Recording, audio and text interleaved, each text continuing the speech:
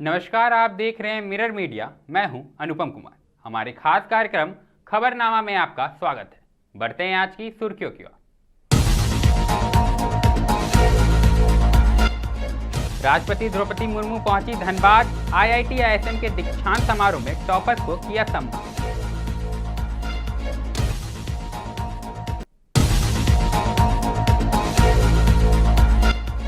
उड़ीसा से 6 महीने से लापता शादीशुदा युवती बोकारो से बरामद। लव जिहाद का लगा आरोप।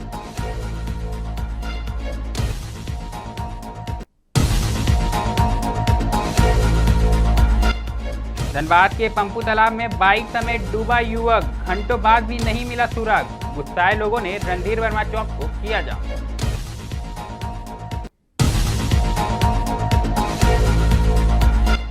हजारीबाग में जमीन पर कब्जे की कोशिश नाकाम। ग्रामीणों ने धान रोपकर दी चेतावनी।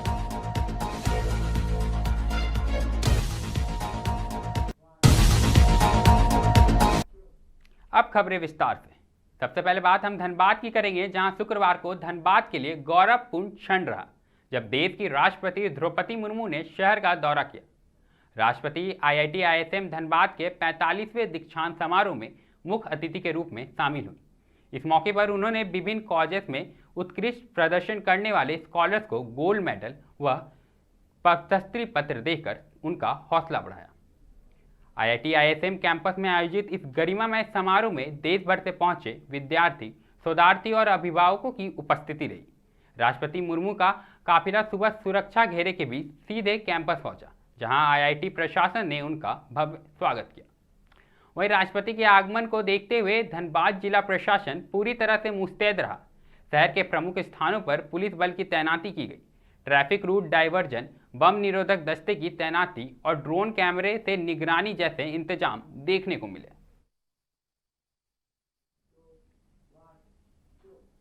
अगली खबर बोकारो से आई है, जहां सेक्टर 12 थाना क्षेत्र में लव जिहाद का मामला सामने आया है।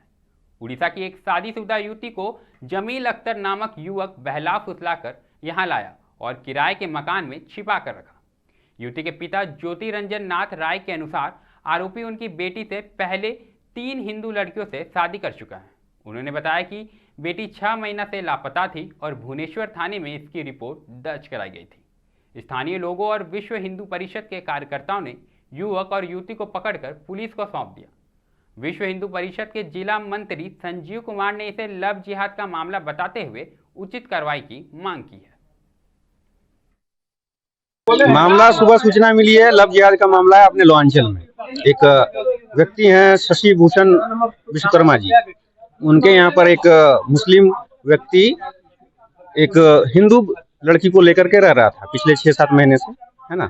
और शशि भूषण जी का कहना है कि उन्होंने जो अपना रूम लिया है उसमें हिंदू आईडी दी, तो हिंदू पहचान के साथ यहाँ पे रह रहा था। तो ये निश्चित ही लव जिहाद का मामला है।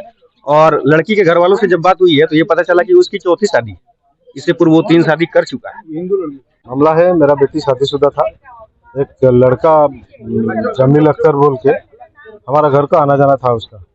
तो हम लोग उसका मतलब क्या है, हम लोग तो आदमी है ना, हम वहाँ पे धर्म नहीं देखे, उसको बेटे जैसा व्यवहार दिया, वो भी ऐसा। लेकिन उनका टारगेट कुछ अलग था, हम लोग को पता नहीं था।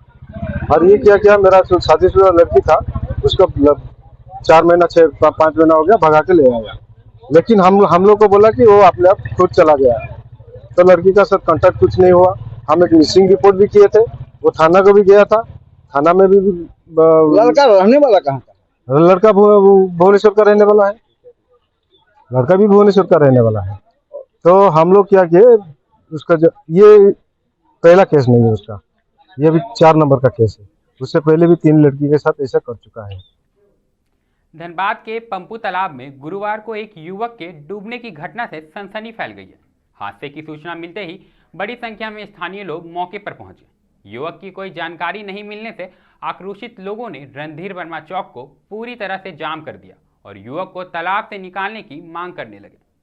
घटनास्थल पर मौजूद गश्ती कर रही सदर पुलिस के अनुसार बाइक सवार युवक हिल कॉलोनी की ओर से आ रहा था। तभी अचानक उसका नियंत्रण बिगड़ गया और वह सीधे तालाब में जा गिरा।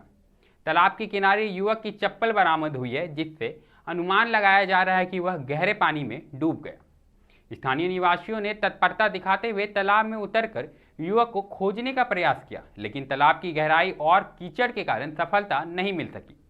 डूबे युवक की पहचान आमताल निवासी रवि हाड़ी के रूप में की गई है। बताया जा रहा है कि रवि के पिता रेलवे में कार्यरत है। गुरुवार को रवि अपने पिता को हिल कॉलोनी से छोड़कर बाइक से घर लौट रहा था, तभी यह दुखद हादसा हुआ।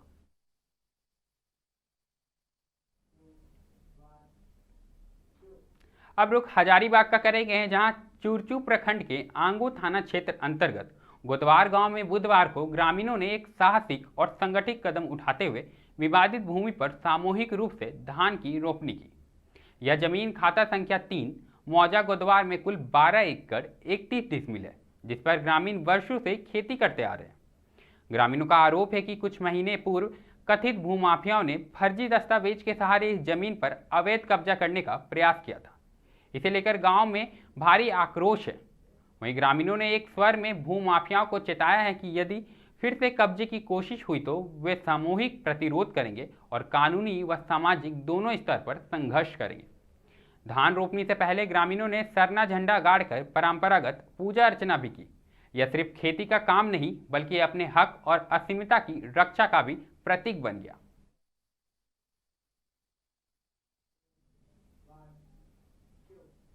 खबरनामा में अभी के लिए बस इतना ही। ऐसी तमाम खबरों से हम आपको अवगत कराते रहेंगे। देखते रहें मिरर में।